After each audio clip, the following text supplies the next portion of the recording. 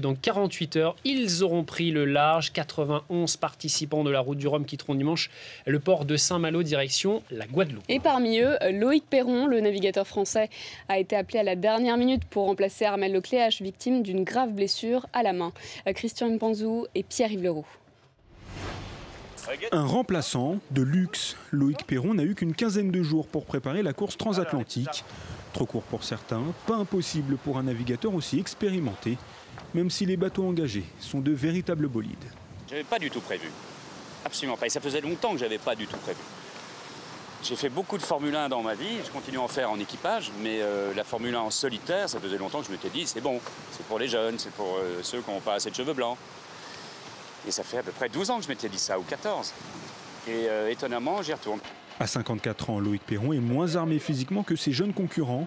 Pas de séance de musculation, en revanche, de bonnes vieilles habitudes, très tenaces. Ça me plaît bien, ça, je vais peut-être pouvoir même m'en fumer une, dis donc.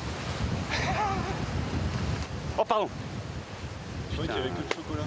Il y a du chocolat, mais c'est des cigarettes en chocolat. Le problème, c'est que la perfection m'ennuie, donc il faut quelques défauts, tu comprends? Là, vraiment, c'est idiot de dire ça, hein, je suis d'accord. Skipper à l'ancienne, Loïc Perron fait tout de même partie des favoris de cette route du Rhum en classe ultime. Il y a 4 ans, Franck Camas s'était brillamment imposé à bord du même bateau.